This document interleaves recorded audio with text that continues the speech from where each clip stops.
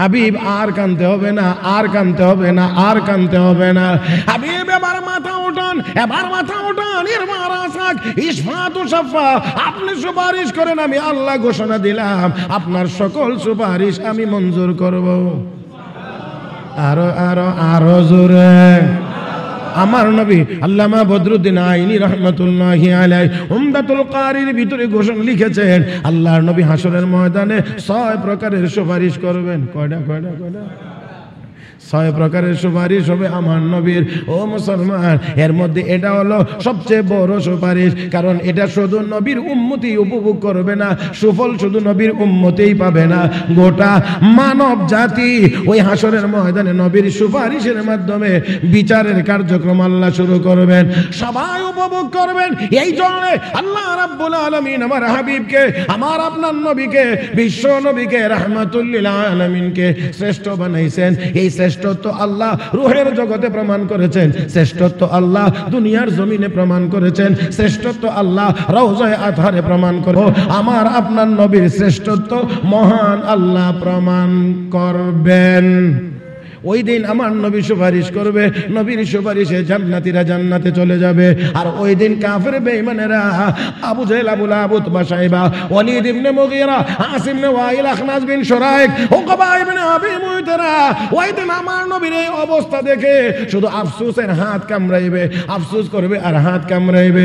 আমার আল্লাহ কোরআনে কারীমে ঘোষণা করেছেন, ওয়া ইয়াউমা ইয়া'আদ্দু যালিমু আলা ইয়াদাইহি ইয়াকুলু ইয়া লাইতানি اتخذت مع الرسول سبيلا يا ويلتى ليتني لم أتخذ فلانا خليلا لقد أضلني عن الذكر بعد إذ جاءني وكان الشيطان للإنسان خذولا وقال الرسول يا رب إن قوم اتخذوا هذا القرآن مهجورا।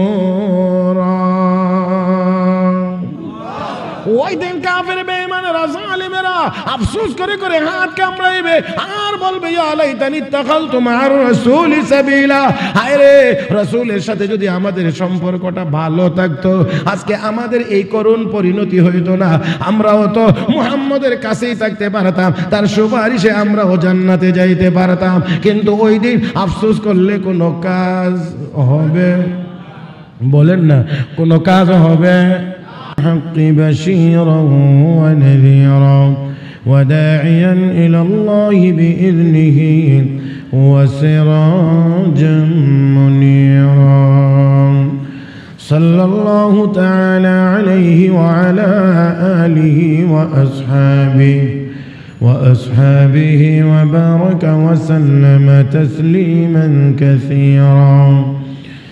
أما بعد فأعوذ بالله من الشيطان الرجيم. بسم الله الرحمن الرحيم. ولسوف يعطيك ربك فترضى. صدق الله مولانا العظيم وصدق رسوله النبي الأمي الكريم ونحن على ذلك لمن الشاهدين والشاكرين والحمد لله رب العالمين. اللهم صل على محمد وعلى آل محمد كما صليت على إبراهيم وعلى آل إبراهيم إنك حميد مجيد.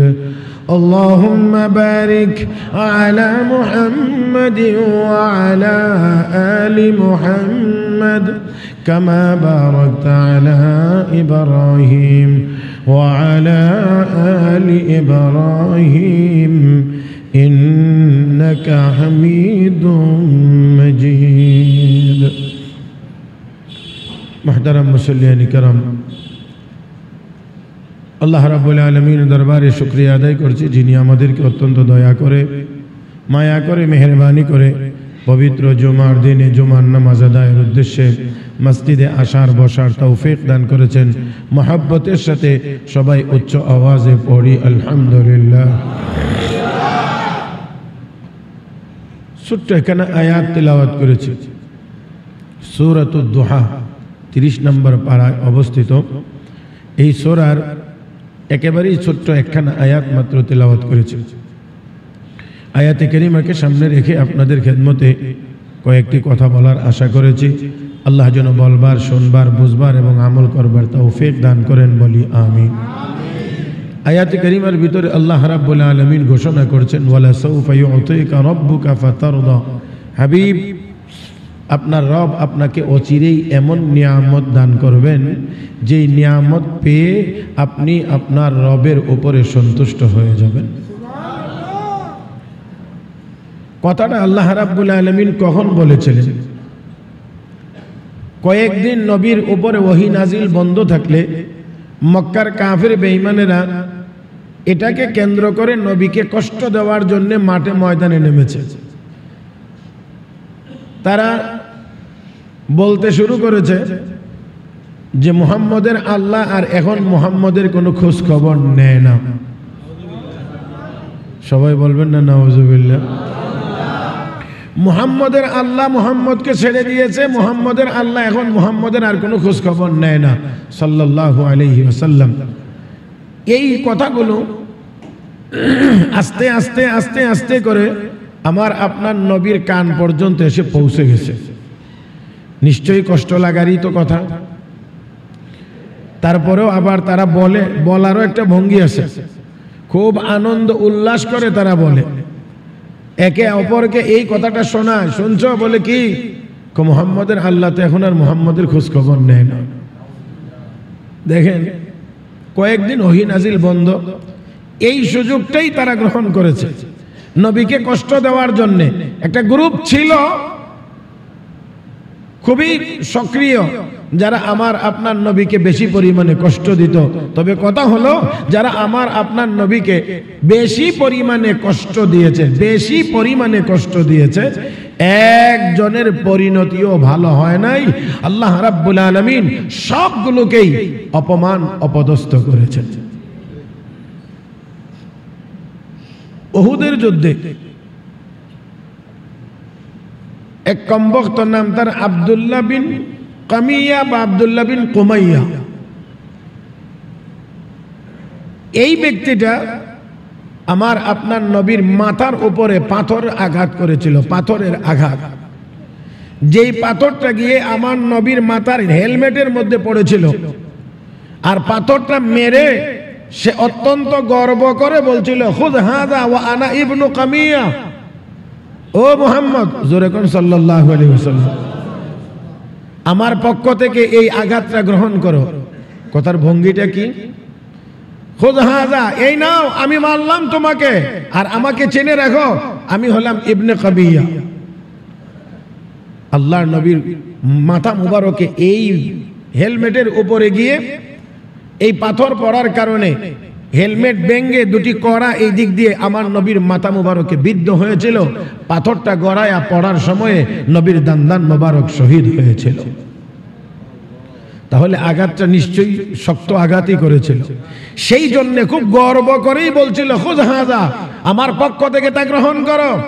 বিশ্বনবী রাহমাতুল্লিল আলামিন সচরাচর আমার নবীর জবান দিয়ে কখনোই বদদুয়ার শব্দ বের হইতো না, কিন্তু তারপরেও তার এই উদ্ধত আচরণের কারণে বিশ্বনবীর জবান দিয়ে বের হয়েছে, আকমাকাল্লাহ, আল্লাহ যেন তোকে নিশ্চিহ্ন করে দেন। নবীর জবানে উচ্চারিত হয়েছে, আকমাকাল্লাহ, আল্লাহ যেন তোকে নিশ্চিহ্ন করে দেন। হে মুসলমান, আমার আল্লাহ যদি কাউকে নিশ্চিহ্ন করতে চান, তাহলে যাকে নিশ্চিহ্ন করবেন তার মতো আরেকজন সমকক্ষ ব্যক্তির কোনো প্রাণীর প্রয়োজন হয় না। আমার আল্লাহ আরো ছোট কোনো কিছু দিয়েই কাউকে চাইলে ধ্বংস করে দিতে পারেন। একদিন সে পাহাড়ের নিচ দিয়ে কোথাও যাচ্ছিল, এমন সময়ে এই পাহাড়ের ভিতর থেকে হঠাৎ এক বড় ছাগল বেরিয়ে এসেছে। সাধারণত মানুষ ছাগল রে ভয় পায় না ছাগলে মানুষ রে ভয় পায়? হ্যাঁ, মানুষ ছাগল রে ভয় পায় নাকি ছাগলে মানুষ রে ভয় পায়? কিন্তু এমন এক ছাগল, এটা হতে পারে ছাগল, কিন্তু তার জন্য তো মরণ দূত। এই ছাগলের বড় বড় শিং, এই শিংওয়ালা ছাগল হঠাৎ করে বেরিয়ে এসে তার শিং দিয়ে ওই আব্দুল্লাহ বিন কামিয়াকে আঘাত করতে শুরু করেছে। এটা তো তার নিজ ইচ্ছায় আসলে আঘাত করছে না, আঘাত করছে কার হুকুমে? কার হুকুমে? আল্লাহর হুকুমে। এমন আঘাত করা শুরু করেছে যে এই ছাগলের শিংয়ের আঘাতে গরু জবাই করে আপনারা কুরবানির গোশত যেমন টুকরা টুকরা করেন, কিতাবে লেখে যে আল্লাহ রাব্বুল আলামিন এই ছাগলের মাধ্যমে তাকে টুকরা টুকরা করে দুনিয়া থেকে বিদায় করে দিয়েছেন। আমি আপনাদেরকে এবার একটু বলতে চাই, নবী তো দুনিয়াতে নাই, আর কোনোদিন নবী আসবেনও। নবী নাই দুনিয়াতে, নবী আর কোনোদিন আসবেনও না, আর অন্য কোনো নবী আসার কোনো দরকারও নেই। তো নবী না থাকলে নবুয়তের এই দায়িত্ব আঞ্জাম যারা দিবেন তাদেরকে বলা হয় নায়েবে নবী, তারা হক্কানি উলামায়ে কেরাম। এখানে আবার একটু কথা, হক্কানি উলামায়ে কেরাম কাকে বলে এটা আমাদের একটু জানার প্রয়োজন। ওয়ামা ইয়াকিলুহা ইল্লাল আলিমুন তিলকাল আমসালু নাদরিবুহা লিন-নাস ওয়ামা ইয়াকিলুহা ইল্লাল আলিমুন। রব্বে করিম বলেন, আমার বর্ণিত দৃষ্টান্তগুলো, উদাহরণগুলো আলেম ছাড়া কেউ বুঝে না। এই আয়াতের তাফসীরে মুফাসসিরিন কিরাম লিখেছেন, যেই ব্যক্তি ইলম অর্জন করে নিজের ইলম অনুযায়ী নিজে আমল করে, ইলম অর্জিত ইলম অনুযায়ী নিজে আমলের চেষ্টা করে। এখানে আবারও একটু ছোট্ট কথা মনে রাখতে হবে, কোন আলেম তার ইলম অনুযায়ী আমল করার অর্থ এই না যে তার দ্বারা কোনো গুনার কাজই হবে না।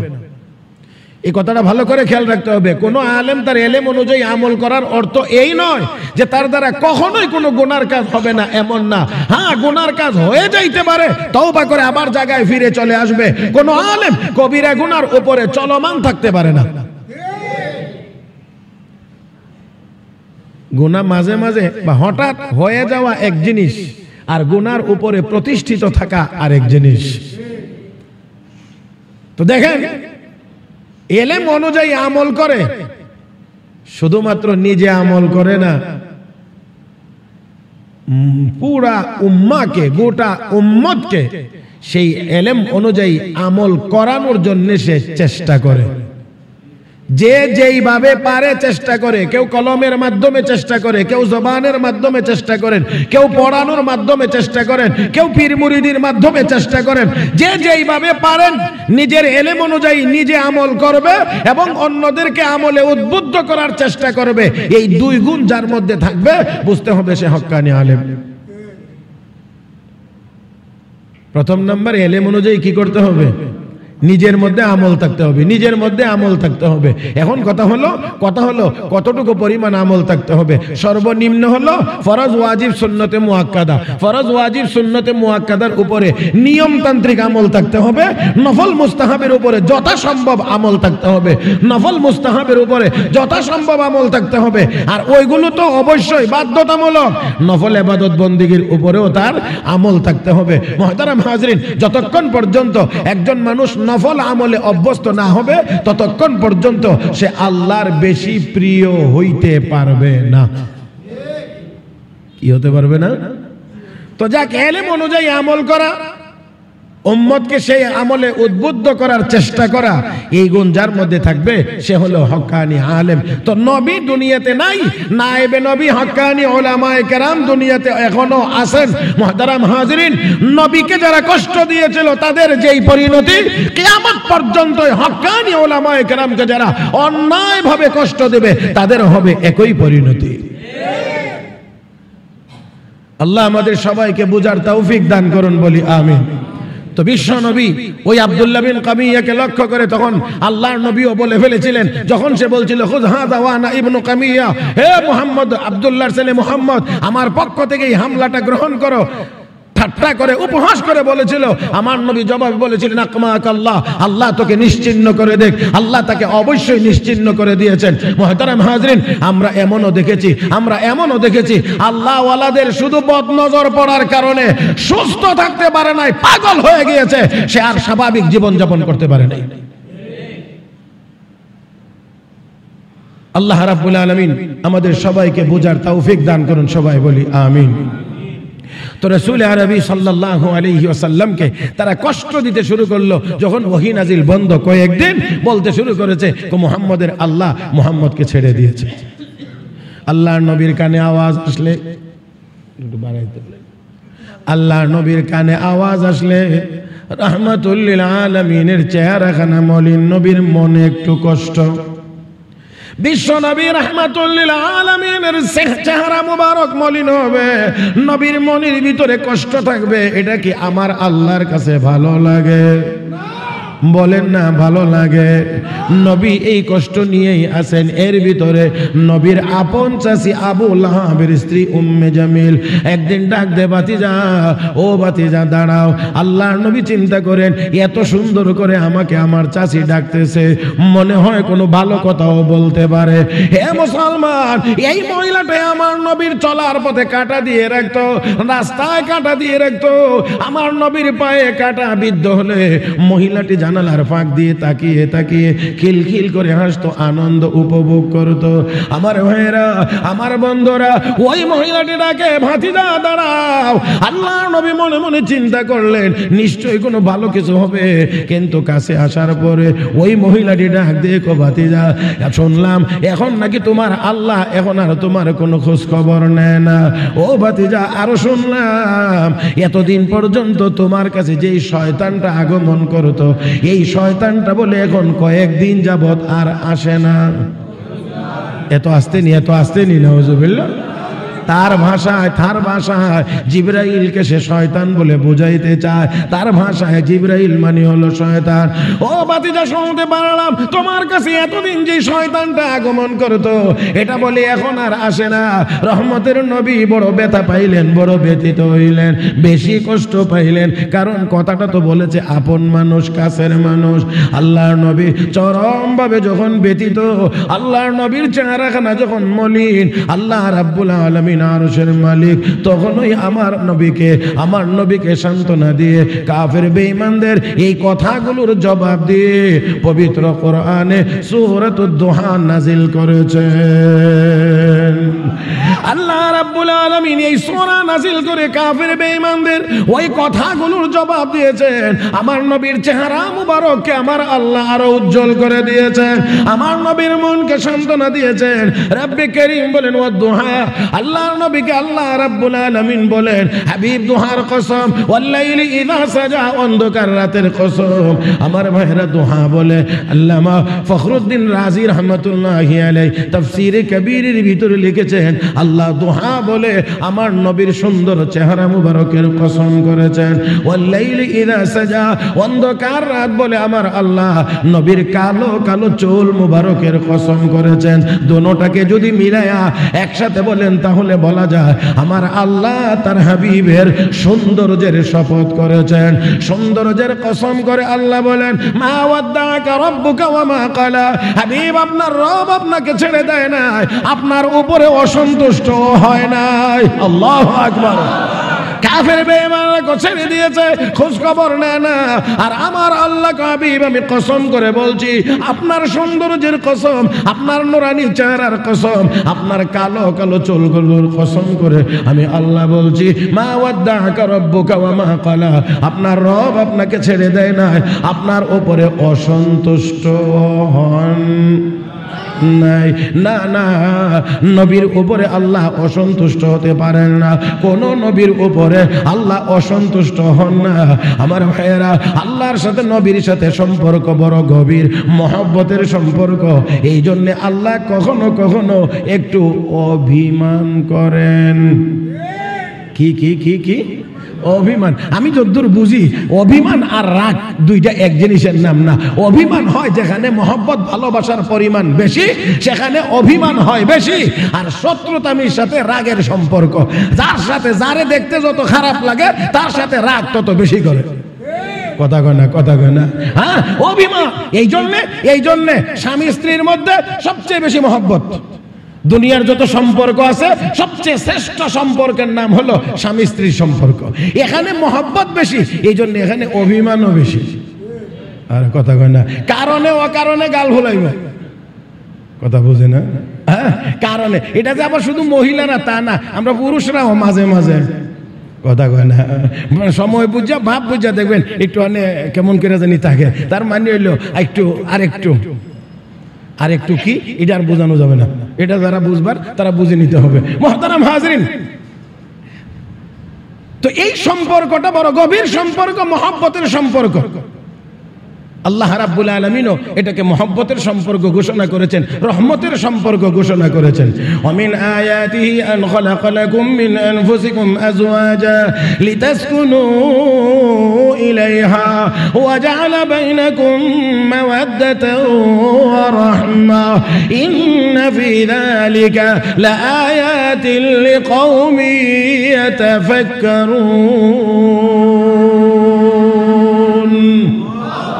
আল্লাহ এই সম্পর্কটাকে, আল্লাহ এটাকে কুদরতের নিদর্শন বলেছেন। ওয়ামিন আয়াতিহি, আল্লাহর কুদরতের নিদর্শনের মধ্যে একটা হলো আন খালাকা লাকুম মিন আনফুসিকুম আজওয়াজা, তোমাদের মধ্য থেকেই তোমাদের জন্য আল্লাহ জোড়া সৃষ্টি করেছেন। কেন? লিতাসকুনু ইলাইহা, যেন তার কাছে গিয়ে তুমি প্রশান্তি লাভ করতে পারো। অতএব যেই ঘরে গিয়ে শান্তি পাওয়া যায় না, বুঝতে হবে এটা যোগ্য বউ না। এখন তো উল্টা, স্বামী তার ঘরে গিয়ে সান্ত্বনা পাবে, তৃপ্তি পাবে, আরাম পাবে। এখন কোনটা চলে আল্লাহ জানে, আমি সেদিকে বেশি যাব না। তবে আল্লাহ বলছেন লিতাসকুনু ইলাইহা, যাতে করে তোমরা তাদের কাছে গিয়ে একটু সান্ত্বনা লাভ করতে পারো, সান্ত্বনা লাভ করতে পারো। মুহতারাম হাজিরিন, এখানে সান্ত্বনার জন্যই বানানো হয়েছে। তারপরে আল্লাহ বলেন ওয়া জাআলা বাইনাকুম মাওয়াদ্দা, আর তোমাদের মধ্যে আল্লাহ সৃষ্টি করে দিয়েছেন ভালোবাসা, মহব্বত ওয়া রাহমা, এবং শেষে আল্লাহ বলছেন রহমতের সম্পর্ক। জোয়ান কালে থাকে ভালোবাসার সম্পর্ক, বুড়া কালে থাকে রহমতের সম্পর্ক। হ্যাঁ, বুড়াকালের সম্পর্কটাকে আল্লাহ কি বলছেন? রহমত, রহমত, রহমত, রহমত। জওয়ানকালে, যৌবনকালে স্বামী স্ত্রী সম্পর্কই হয় একরকম, বুড়াকালে হয় আরেক রকম। আমার ভাইয়েরা, বুড়া আবার বুড়িরে বেশিক্ষণ না দেখে থাকতে পারে না। জওয়ানেরা বিদেশ জায়গা, কথা কেন? হ্যাঁ, যুবকেরা বিদেশ চলে যায় বউ বাচ্চা রেখে, কিন্তু বুড়ারা একদিনও বাড়ির বাহিরে গিয়ে সহজে থাকতে পারে না, খালি বুড়ির কথা মনে হয়। কথা কয় না, না যদি মনে না হয় তাহলে বুঝতে হবে ঘাটতি আছে, আর না হলে তো মনে হওয়ার কথা। কারণ এটা আমার কথা না, রব্বে কারীম বলেছেন মাওয়াদ্দাতা ওয়া রাহমা, এটা রহমতের সম্পর্ক, এটা দোষের কিছু না, এটাই তো হওয়ার কথা, এটাই হওয়ার কথা। হ্যাঁ, যদি জল্লাদ মার খাওয়া তাহলে তো আল্লাহ কবে জানি এটার থেকে মুক্তি পাবো। হ্যাঁ, তো রব্বে কারীম বলেন যে এই সম্পর্কটা বড় গভীর সম্পর্ক, বড় গভীর সম্পর্ক। মুহতারাম হাজরিন, আল্লাহ যেন আমাদের মধ্যে এই সুন্দর সম্পর্ক যেন আল্লাহ কায়েম করে দেন, স্থাপন করে দেন। আল্লাহ যেন আমাদেরকে পারিবারিক জীবনে, সব জীবনে, বিশেষ করে পারিবারিক জীবনে বেশি বেশি করে শান্তি এবং আরামের ব্যবস্থা করেন। জোরে কোন আমিন। যাই হোক, আসুন বলছিলাম অনেক দূরেই চলে আসছি। রাহমাতুল লিল আলামিন নবী মুহাম্মদুর রাসূলুল্লাহ সাল্লাল্লাহু আলাইহি ওয়াসাল্লামকে আল্লাহ রাব্বুল আলামিন সান্তনা দিয়ে বলেন, হাবিব আমি আপনার সুন্দর চেহারা মুবারকের কসম করেছি, আপনার কালো কালো চুলগুলোর কসম করেছি, শপথ করেছি, মানে আপনার সৌন্দর্যের শপথ আমি আল্লাহ ঘোষণা করছি। মা ওয়াদ্দাআকা রাব্বুকা ওয়া মা ক্বালা, আমি আল্লাহ আপনাকে ছেড়ে দেই নাই, আপনার উপরে অসন্তুষ্ট হই নাই। আমার আল্লাহ আমার নবীর উপরে মাঝে মাঝে অভিমান করতেন, কারণ মহব্বত কম না বেশি? হ্যাঁ, এই জন্য একটু অভিমান করতেন, অভিমান। আমার ভাইয়েরা, এখানে মহব্বতের কারণে। যাই হোক, আসুন, তো আমি ছেড়ে দেই নাই, আমি অসন্তুষ্ট হই নাই, এই কথা বলে বলে আল্লাহ রাব্বুল আলামিন বলেন ওয়ালাল আখিরাতু খায়রুল লাকা মিনাল উলা, হাবিব আপনার পরকাল আগের কালের চাইতে অনেক উত্তম, অনেক দামি। আর শেষের আয়াতে, এর পরের আয়াতে গিয়ে আল্লাহ রাব্বুল আলামিন বলেন ওয়ালা সাউফা ইউতিকা রাব্বুকা ফাতারদা, হাবিব আপনার মনটা একটু খারাপ, চেহারাখানা একটু মলিন, তাদের এই কথাবার্তাগুলো শুনে না, মলিন হওয়ার কিছুই নাই, খারাপ করারও কিছুই নাই। আপনার রব আপনাকে অচিরেই এমন নিয়ামত দান করবেন যে নিয়ামত পাইয়া আপনি সন্তুষ্ট হয়ে যাবেন। আরো আরো আরো আসতে গুণ, আরো আসতে গুণ। কি নিয়ামত আল্লাহ দিয়ে আমার নবীকে সন্তুষ্ট করবেন? মুফাসসিরিন কেরাম লেখেন, এক নাম্বার, আমার আপনার নবীকে আল্লাহ শাফাআতে কুবরা দান করবেন।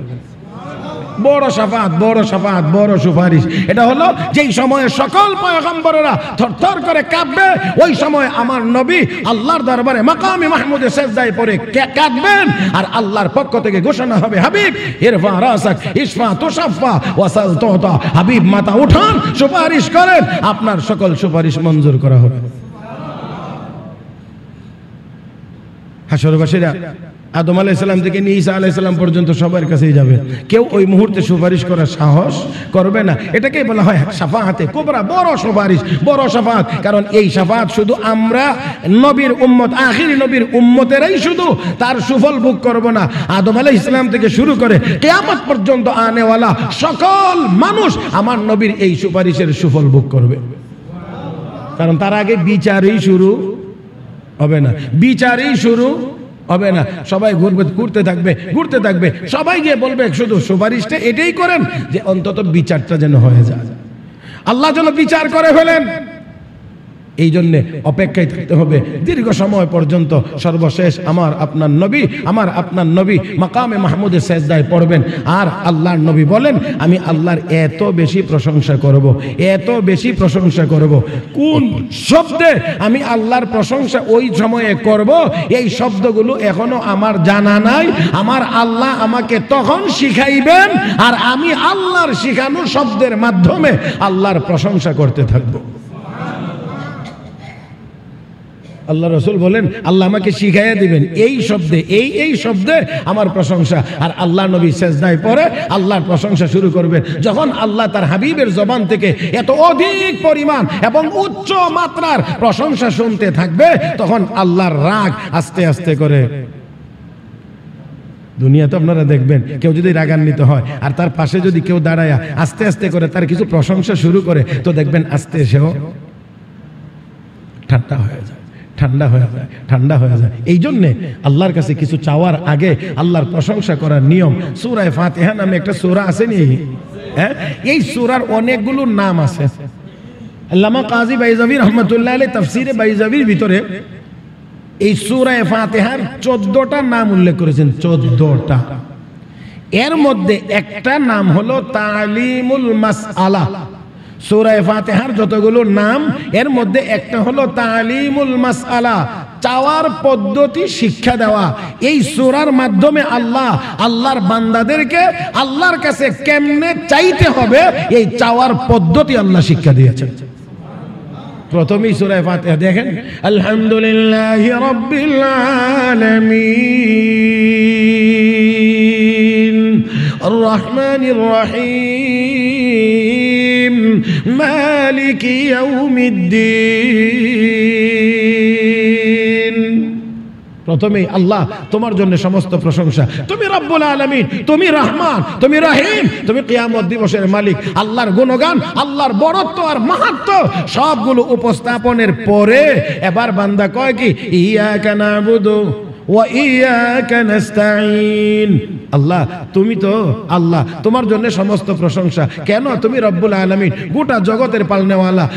তুমি কেন প্রশংসার উপযুক্ত? তুমি রহমান। তুমি কেন প্রশংসার উপযুক্ত? তুমি রহিম। তুমি কেন প্রশংসার উপযুক্ত? তুমি কিয়ামত দিবসের মালিক। তাহলে গুণগান এবং বড়ত্ব, গুণগান এবং বড়ত্ব বর্ণনা করার পরে আল্লাহ ইয়াকা নাবুদু, আল্লাহ আমরা তো এই জন্য তোমারই ইবাদত করি, ও ইয়াকা নাস্তাঈন, তোমার কাছে সাহায্য চাই। দেন আমরা নেতার কাছে চাইতে হইলে, মাননীয় নেতা আমনে অমুক, আমনে তমুক, আপনার বাবা ছিল অমুক, আপনার দাদা ছিল অমুক, আমনে এই। আর আমরাও আপনি যতবার আসছেন আমরা আপনাকে খালি হাতে ফিরাই নাই, ভোট আমরাও আপনারে দিছি। অতএব অতএব অতএব আমরা রাস্তাটা,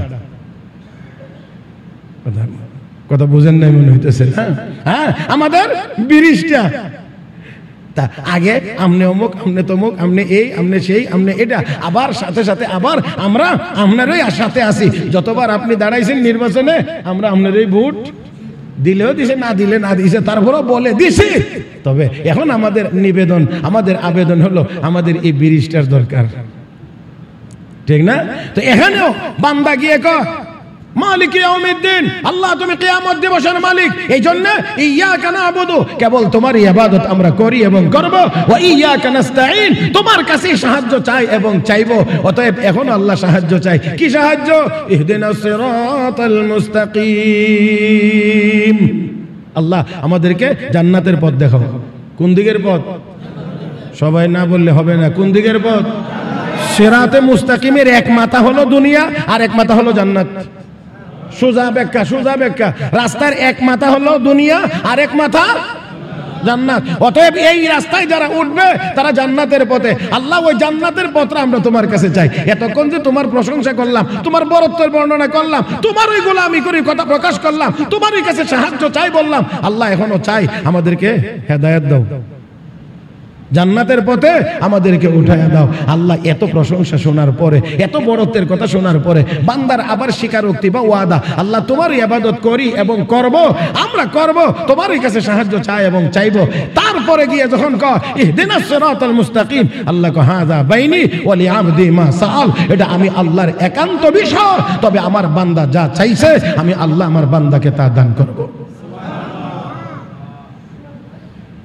এই সূরা ফাতিহার এই জন্য এক নাম হলো তালিমুল মাসআলা, চাওয়ার পদ্ধতি শিক্ষা দেওয়া। কেমনে চাইতে হয়, কেমনে চাইতে হয়। দুনিয়াতে চাইতে গেল কিছু ফার্ম পট্টি মারণ লাগে, কথা বলে কিছু ফার্ম টাম না দিলে দিতে চায় না। হ্যাঁ, তো আল্লাহর জন্য প্রশংসা করা লাগে, আল্লাহর বড়ত্ব।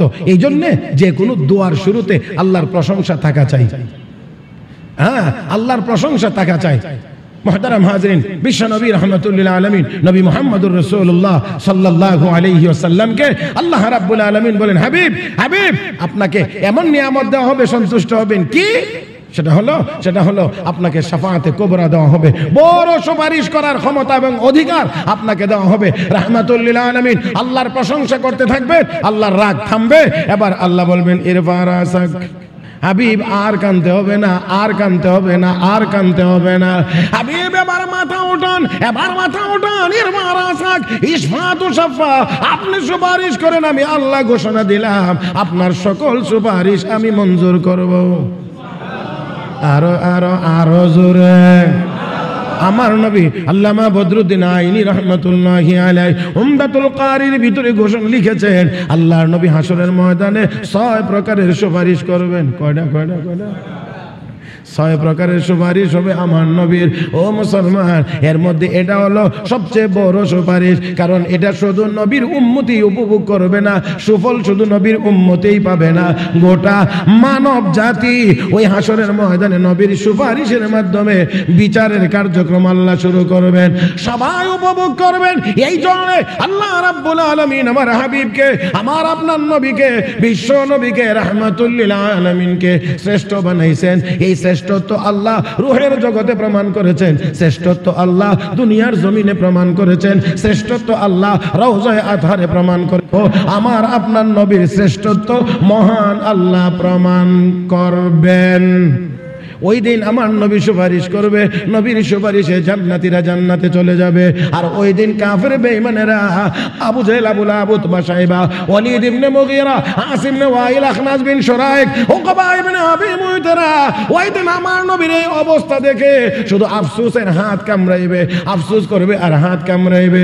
আমার আল্লাহ কোরআনে কারীমে ঘোষণা করেছেন, ওয়া ইয়াওমা ইয়া'আদ্দু যালিমু আলা ইয়াদাইহি ইয়াকুলু ইয়া লাইতানি اتخذت مع الرسول سبيلا يا ويلتى ليتني لم أتخذ فلانا خليلا لقد أضلني عن الذكر بعد إذ جاءني وكان الشيطان للإنسان خذولا وقال الرسول يا رب إن قوم اتخذوا هذا القرآن مهجورا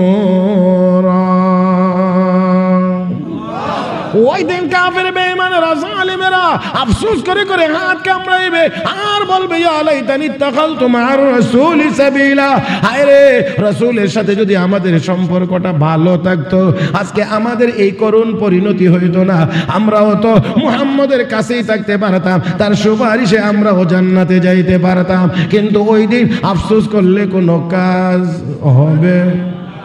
বলেন না, কোনো কাজ হবে? হবে না, হবে না, হবে না, হবে না, হবে না। হায় হায়, মরার পরে গিয়ে অনেক মানুষ বলবে আল্লাহ আইসা তো দেখলাম সবই ঠিকঠাক আছে, একটু যদি আমার আবার দুনিয়াতে পাঠাইতা ফারজে না না আমার সালিহান ইন্না মুকিনুন, আল্লাহ তাহলে তোমারও বিশ্বাস করতাম আর নেক আমল ছাড়ার কোনো আমলই করতাম। কিন্তু আর কোনো কাজ, আর কোনো কাজ এই কথা তো আল্লাহ বলে দিয়েছেন যে এরকম তারা বলবে, কিন্তু কাজ হবে না। এই জন্য আবার আল্লাহ আমাদেরকে এই কথাও বলে দিয়েছেন ওয়া আনফিকু মিম্মা রাযাকনাকুম মিন ক্বাবলি আন ইয়াতিয়া আহাদাকুমুল মাউত, মিন ক্বাবলি আন ইয়াতিয়া আহাদাকুমুল মাউত ফায়াকুল রাব্বি লাউলা আখখারতানি ইলা আজালিন করিবিন فأصدق وأكن من الصالحين ولن يؤخر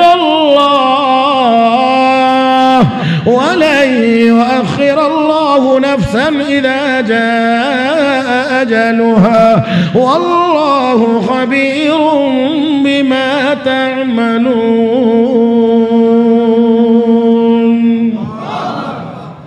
আল্লাহ রাব্বুল আলামিন বলেন কোনো লাভ হবে না। মরণের সময় অনেক বলবে একটু সুযোগ দাও, আমি একটু নেক আমল করে নেই, আর আমি একটু দান খয়রাত করে নেই। আল্লাহ কয় না না, সময় যখন চলে আসবে, সময় যখন চলে আসবে তখন আর কোনো কিছুতেই কাজ হবে না, নির্দিষ্ট টাইমেই সব হবে, কারণ ফেরেশতাদের সাথে কোনো লেনদেন চলবে না। বুঝছেন না? ফেরেশতাদের সাথে কোনো লেনদেন চলবে না বলে কিছু নেন, হ্যাঁ দুনিয়াতে চলে না? হ্যাঁ দুনিয়াতে চলে, তারপরেও 70 লাখ দিয়েও বর্ডার পার হইতে পারে না। কথা বোঝেন না? 70 লাখ দিয়েও বর্ডার পার হইতে পারে না। তো দুনিয়াতে যেখানে চলে লেনদেন চলে, তারপরেও যদি 70 লাখ দিয়ে বর্ডার পার হওয়া যায় না, তাহলে আল্লাহর জাহান্নামের দায়িত্বে নিয়োজিত যে বর্ডার গার্ড আছে 19 জন দারোগা আলাইহা 19 এদের সাথে তো কোনো লেনদেনও চলে চলবে? يا أيها الذين آمنوا قوا أنفسكم وأهليكم نارا وقودها الناس والحجارة عليها ملائكة غلاظ شداد لا يعصون الله ما أمرهم ويفعلون ما يؤمرون। আল্লাহ কয় আমার জাহান্নামের দায়িত্বে নিয়োজিত ফেরেশতারা এরা বড় কঠোর এবং খুব কর্কশ। এদের জবানে, এদের কথাবার্তার ভিতরে কোনো মায়া দয়ার কোনো সিটা ফোটাও থাকবে এবং খুব শক্ত, খুব শক্তিশালী। কাজেই ওইখান থেকে তো বাঁচার কোনো ব্যবস্থা হবে না, কোনো লেনদেন কি চলবে? চলবে না। তাই আসেন তাহলে আগে থেকেই প্রস্তুতি নিতে হবে, আল্লাহ যেন ওই দারোগাদের হাত থেকে আমাদেরকে হেফাজত করেন, জাহান্নাম থেকে যেন আল্লাহ আমাদেরকে হেফাজত করেন, আল্লাহ যেন আমাদেরকে জান্নাতের মালিক বানায়া দেন। মুহতারাম হাজরিন, বিশ্ব নবী রাহমাতুল্লিল আলামিনকে আল্লাহ শাফাআতে কুবরা দান করবেন।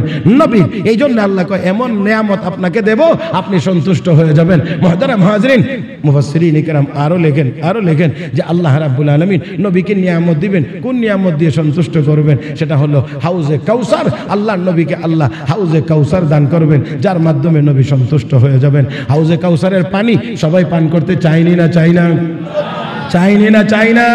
সবাই চায়। বিশ্ব নবী রাহমাতুল্লিল আলামিন হাসরের ময়দানে উম্মতকে পানি পান করাবেন।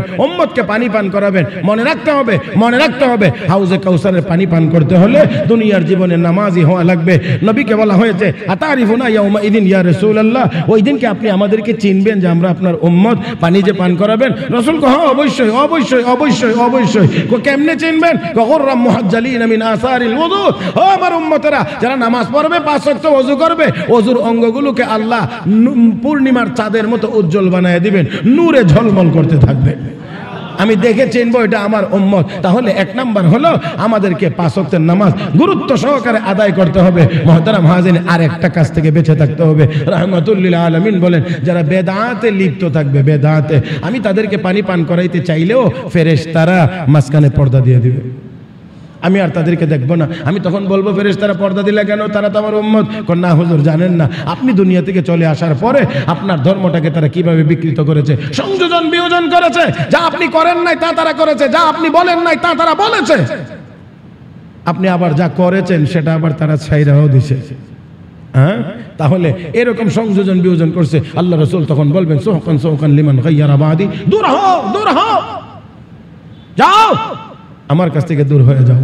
সেদিন আর তারা নবীর হাতে হাউজে কাউসারের পানি পান করতে পারবে না। মুহতারাম হাজিরিন, তাহলে আসেন, আল্লাহর নবীকে আল্লাহ বলেন, ওয়ালা সাউফা ইউতিকা রাব্বুকা ফাতারদা, আপনার রব আপনাকে সন্তুষ্ট করবেন। বিশ্ব নবী কয়, এই সুযোগটা আমি একটুও হাতছাড়া করব না, একটুও হাতছাড়া করব না, একটুও হাতছাড়া করব না। বলে কেমনে? হাসরের দিন আল্লাহ আমার একদল উম্মতকে নাজাত দিয়ে আমাকে আল্লাহ বলবেন, হাল রাজিতা ইয়া হাবিবি, ও বন্ধু, খুশি হইছেন, সন্তুষ্ট হইছেন? আমি বলবো না, সন্তুষ্ট হই নাই। তো আল্লাহ আরো একদল উম্মতকে নাজাত দিবেন, দিয়ে আবার বলবেন, এখন সন্তুষ্ট হয়েছেন? আমি বলবো না। আবার একদল উম্মতকে নাজাত দিবেন, দিয়ে বলবেন, এখন সন্তুষ্ট হয়েছেন? আমি বলবো না। নবী বলেন, যতক্ষণ আমার গুনাহগার উম্মত জাহান্নামে থাকবে, এই পর্যন্ত যতবার আল্লাহ বলবেন সন্তুষ্ট হয়েছেন, আমি বলতে থাকবো না। আমার আল্লাহ সর্বশেষ জাহান্নামী উম্মতকে নাজাত দিয়ে যখন বলবেন এখন সন্তুষ্ট হয়েছেন, আমি তখন বলবো হ্যাঁ। তাহলে এই আয়াতের ভিতরে আমাদের মতো গুনাহগার উম্মতের জন্য একটা বড় আশার বাণী আছে। কারণ আমরা যতক্ষণ, আল্লাহ না করুন যদি আল্লাহ আমরা জাহান্নামে, এই উম্মত যারা যাবে তারা জাহান্নামে থাকলেও আমার নবীকে আল্লাহ বলবেন, হাবিব আপনি তো জান্নাতে চলে গেছেন, আপনার আরো উম্মতেরা চলে গেছে, আপনি কি সন্তুষ্ট? নবী বলবেন না, নবী বলবেন না, নবী বলবেন না। আর আল্লাহ নাজাত দিতেই থাকবেন, সব উম্মত নাজাত দিয়েই আমার আল্লাহ আমার নবীকে সন্তুষ্ট করবেন। তাহলে এখানে আমাদের জন্য একটা বড় সুসংবাদ আছে। মুহতারাম হাজিরিন, তাহলে আসুন, যেই নবী যে কোনো সুযোগ উম্মতের জন্য কাজে লাগাইবেন, আর হাতছাড়া সুযোগটা হাতছাড়া করবেন না। আমরা নবীর উম্মত, অবশ্যই নবীকেও তো আমরা ছেড়ে দিতে পারি না। কথা কয় না, আমরাও তো নবীকে ছেড়ে দিতে পারি না। তাহলে নবীকে ধরবো কেমন করে? এই কথাটাই আলোচনার শেষ কথা। নবীকে ধরবো কেমন করে? রাসূল বলছেন, মান আহাব্বা সুন্নতি ফাকাদ আহাব্বানি, মান আহাব্বা সুন্নতি ফাকাদ আহাব্বানি, যে আমার সুন্নতকে ভালোবাসলো সে আমাকে ভালোবাসলো। ওমান আহাব্বানি কানা মাই ফিল জান্নাহ, আর যে আমাকে ভালোবাসবে আমার সঙ্গী হয়ে আল্লাহর জান্নাতের মেহমান হবে। তাহলে নবীর মহব্বত আছে না নাই? প্রমাণ হবে কোন আমলের মাধ্যমে? আল্লাহ কয় না, নবীর মহব্বত অন্তরে আছে না নাই? প্রমাণ হবে কোন আমলের মাধ্যমে? সুন্নতের মাধ্যমে, সুন্নতের মাধ্যমে, সুন্নতের মাধ্যমে। তাহলে সুন্নত কি ছেড়ে দেওয়ার জিনিস না আমল করার জিনিস? কথা কয় না। সুন্নত কি ছাড়বার জিনিস না আমল করার জিনিস? এখন আমরা সুন্নতের খবর, ফরজই ঠিক মতো হয় না, সুন্নত হবে কোত্থেকে? জুমার নামাজের সালাম ফিরাইলে দোয়া তো আচ্ছা অনেকে করেন আর করেন না, বাকি দেখা যায় আল্লাহর রহমতে তারপরে অর্ধেক মুসল্লি থাকে না, যায় আর। তার মানে এটা না হইলেও কোনো অসুবিধা নাই। আপনারা জানেননি, কোন গাছ, এই গাছের যদি ডালগুলো ব্যাপক হারে কেটে দেওয়া হয়, ওই গাছে কিন্তু এই বছরে আর ফল ধরে না। বুঝাইতে পারছি না মনে হয়? জানেন কিনা? ঢাকা শহরে সব মানুষ জানার কথা না। গাছের যদি প্রধান বড় বড় ঢালগুলো কেটে দেওয়া হয়, তাহলে কিন্তু গাছে ফল আসে না। আপনার মধ্যে যদি সুন্নত না থাকে, সুন্নত সারা দিন রাত 24 ঘন্টা আপনার কাজের ভিতরে শুধু নবীর সুন্নত, নামাজ তো 5 বার, নামাজ 5 বার, কিন্তু আপনি হাঁটতে গেলে সুন্নত, বসতে গেলে সুন্নত, কথা বলতে গেলে সুন্নত, খাইতে গেলে সুন্নত, শুইতে গেলে সুন্নত, আপনি টয়লেটে গেলে সুন্নত, আপনার সর্বক্ষণিক আপনি সুন্নতের উপরেই থাকবেন, সুন্নতের উপরেই থাকবেন, নবীর মহব্বতের প্রমাণ দেখাবেন। মুহতারাম হাজির, এখন কেউ যদি কয় সুন্নত, তাহলে তো সব গেল। তাহলে তার খাওয়া ঠিক হবে না, ঘুমানো ঠিক হবে না, ওযু ইস্তেঞ্জা ঠিক হবে না, কোনটার মধ্যেই গিয়ে তার আমল ঠিক হবে না। কারণ সে তো সুন্নতকে অবজ্ঞা করে, অথবা অবহেলা করে, অথবা গুরুত্ব কম দেয়। আমার ভাইয়েরা, এই জন্য সুন্নতের গুরুত্ব থাকবে যত বেশি, ফরজ ওয়াজিব সুন্নতে মুআক্কাদার আমলগুলো নিরাপদ থাকবে তত বেশি। বুঝছেন না মনে হয়? যার মধ্যে নফল বা সুন্নত যাকে আমরা যেগুলো বলি যে এটা না করলেও কোনো গুনাহ নাই, এই পর্যায়ের সুন্নতের আমল যার মধ্যে যত বেশি থাকবে তার মধ্যে ফরজ ইবাদত, ওয়াজিব ইবাদত এবং সুন্নতে মুআক্কাদার ইবাদত নিরাপদ থাকবে বেশি। আর যার মধ্যে সুন্নত থাকবে না তার ফরজ ওয়াজিবও নিরাপদ থাকবে না। আল্লাহ রাব্বুল আলামিন আমাদের সবাইকে নবীর সুন্নতের আমলের মাধ্যমে, সুন্নত পালনের মাধ্যমে নবীর মহব্বতের প্রমাণ দেখানোর, প্রমাণ রাখার, প্রমাণ করার তৌফিক আল্লাহ যেন দান করেন। বিশ্ব নবীকে আল্লাহ সন্তুষ্ট করবেন, আর এই সন্তুষ্টির সুযোগটা যেই নবী উম্মতের জন্য ব্যবহার করবেন, আমরাও যেন সেই নবীকে ভুলে না গিয়ে নবীর সুন্নতের অনুসারী হতে পারি। আল্লাহ আমাদের সবাইকে তৌফিক দান করুন। আমিন ইয়া রাব্বাল আলামিন। ওয়া আখিরু দাওয়ানা আনিল হামদুলিল্লাহি রাব্বিল আলামিন।